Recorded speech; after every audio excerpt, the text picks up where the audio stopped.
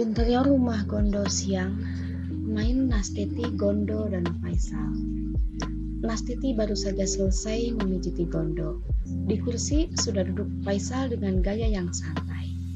Seketika itu juga Nastiti bertemu pandang dengan sosok Faisal. Nastiti menarik napas panjang, menyembunyikan perasaannya dengan cara menunduk hormat.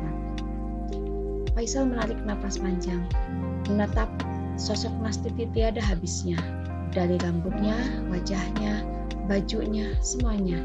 Tapi seketika tersentak begitu Nastiti betul-betul lewat di situ. Nas, kamu Nastiti kan? Nastiti menghentikan langkahnya, mengangguk. Aku Faisal dari tadi nungguin kamu. Tenagamu masih kuat untuk ngurut satu orang lagi kan? Boleh saja, tapi izinkan saya minum dulu ya Pak Faisal.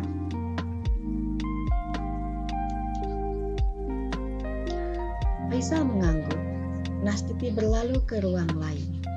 Dia duduk di kursi ruang dalam yang sudah tersedia minuman untuknya. Saat itu muncul istri Juragan Gondo. Sudah selesai? Sudah Doro, malah Doro Gondo sudah tidur. Sekarang kamu siap pijitin anakku? Baik Doro, cuma saya minta izin minum dulu. Oh ya, minum dulu. Dia juga baru saja sampai. Nastiti meneguk air di cangkir antik dengan hati-hati. Kasihan anak itu, kawin sama perempuan gak tahu adat. Istrinya itu penari, sebetulnya penari tradisional, tapi laganya itu show sana sini, melatih sana sini, sampai-sampai tidak mau tahu urusan rumah. Jangankan ngasih mertuanya ini cucu, berkunjung saja sudah jarang. Taunya pergi dan pergi. Padahal jarak rumahnya ke sini kan hanya puluhan kilometer, masih satu wilayah. Coba saja perhatikan menantu yang lain. Datang rutin, bawa masakan hasilnya buat dipersembahkan sama mertuanya. Ini mana ada kamusnya. Lagian Faisal itu aneh, cari istri seenak udahnya sendiri. Dia lihat cantiknya, seksinya, akhirnya cantik dan seksi itu malah makan dia sendiri. Gak aneh dia sering kemari, meski cuma buat makan siang atau malam. Rasakan kalau sudah tahu pijitanmu, dia makin ya betah di rumahnya. Nastiti hanya tersenyum. Interior kamar Nastiti malam, Nastiti dan Barman.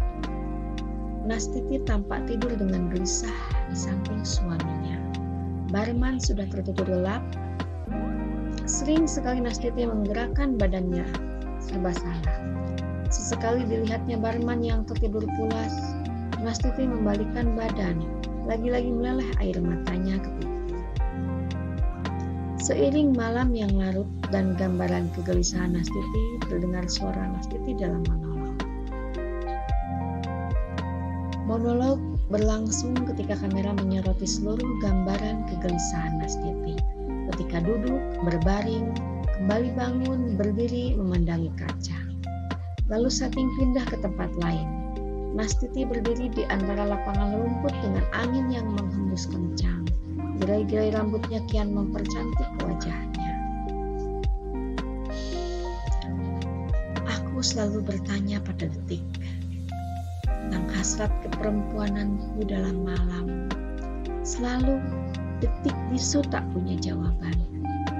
Sementara suamiku terlelap dalam mimpi, menjaga dini hari hingga pagi. Ingin kubaca kembali rekaman-rekaman masa lalu tentang angan yang tersampaikan, hasrat normal yang tercukupkan, meski semua berhenti oleh waktu. Dengan ini, apa mungkin harus kubuka? Bumi hanya menertawai keinginanku, tanpa mengerti di mana batas sempurnanya seorang perempuan. Dia berpikir hanya dalam kemampuan pelayanan seorang suami. Padahal itu sangat tidak adil. Tapi bumi tidak mengaku akan ketidakadilan ini. Nastiti termenung di atas sebuah batu. Eksterior rumah Faisal siang. pemain Nastiti, Faisal, dan Siman. Nastiti baru turun dari andong. Di hadapannya tampak sebuah rumah berarsitektur Bali. Semuanya khas Bali. Dia hanya termangu. Ketika itu muncul Siman menyambutnya. Mbak Nastiti sudah sejak tadi ditunggu. Iya, Nastiti merasakan kegelisahan yang amat, entah mengapa. Dengan langkah ragu, ia menaiki teras rumah itu. Duduk dulu. Nastiti menurut, duduk di atas kursi kuno di atas teras. Lalu matanya menerawang. Seluruh perabotan rumah ini khas Bali, tanpa lukisan-lukisan yang besar dan bagus. Nastiti menarik napas lega.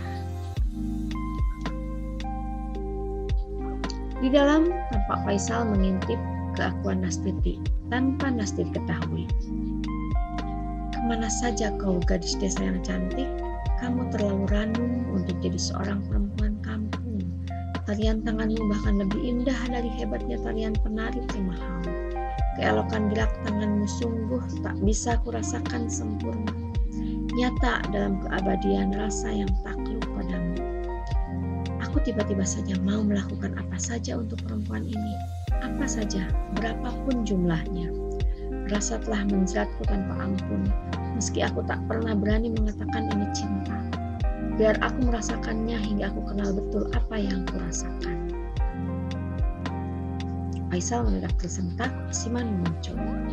Tuan, Mbak Nastiti sudah sejak tadi menunggu. Aku juga tahu, suruh saja dia masuk, tutup pintu pagar. Aku tak terima tamu sampai nanti malam. Aku capek, bereskan pula peralatan di atas, Man. Faisal berlalu. Interior rumah Nastiti siang, pemain barman.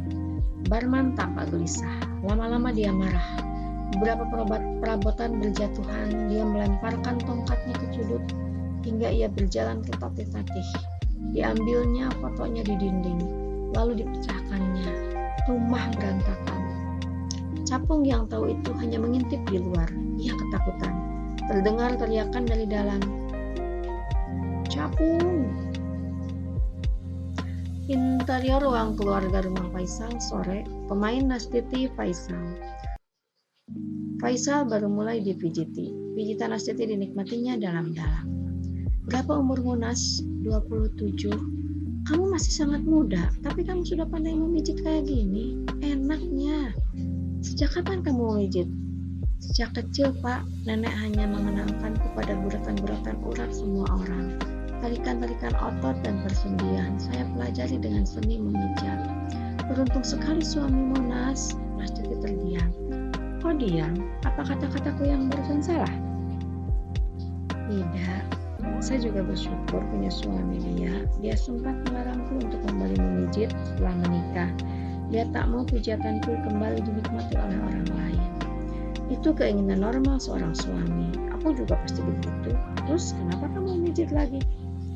Suami saya kecelakaan, Pak. Oh ya, sudahlah, aku tidak mau membuatmu sedih. Aku juga tahu dari Siman. Terima kasih, Pak. Jangan terbawa dengan persoalan Munas. Semua orang punya masalah. Apa kamu pikir aku tidak punya masalah? Faisal membalikkan badan menjadi telentang. Segera ia menangkap air mata di pipi Nastiti. Kamu nangis? Gak usah, rumahku anti air mata. Auranya bisa hilang. Ayo, hapus dulu air mata kamu. Aku tak mau dipijit kalau kamu masih nangis. Gak apa-apa kok, Pak. Kemudian Faisal bangkit dan turun dari alas tidur untuk mengambil tempat tisu di meja.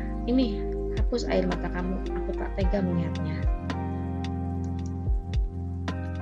Nastiti mengambil tisu dan menghapus air matanya.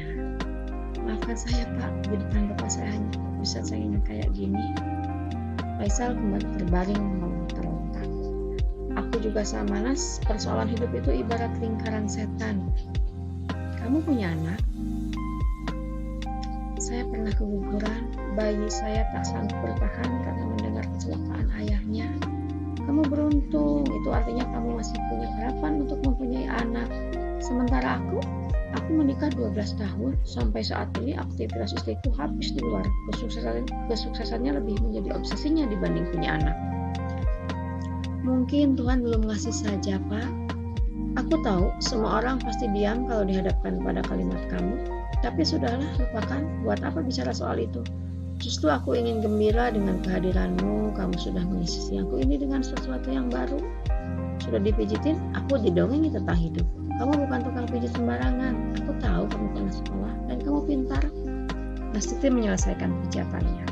Faisal bangun, lalu beranjak ke sofa yang ada di ruangan itu. Nastiti melipat alas tidur. Aku minta kamu mau datang setiap 3 kali dalam seminggu ya, Nas. Lalu sering kurang bagus juga, Pak. Sudah aku bilang, kamu bukan tukang pijit sembarangan. Aku butuh teman dan aku temukan sosok itu dalam diri kamu, ya. Nastiti tak tahan dengan tukang pengusaha itu. Dia hanya menunduk. Faisal sambil menyerahkan amplop. Kamu pulang diantar Siman pakai mobil. Gak usah, Pak. Sudahlah, aku harus bayar tanganmu, telingamu, mulutmu. Itu gak sebanding dengan apa yang aku rasakan hari ini. Sekarang sudah sore, kamu pulang. Kasihan suamimu, besok kamu kesini lagi. Bukannya 3 kali seminggu. Pokoknya aku undang kamu besok kemari. Kalau perlu aku jemput kamu. Istri bapak, sejak kapan kamu peduli dia? 1 bulan dia di Eropa. Nastiti menurut, dia beranjak.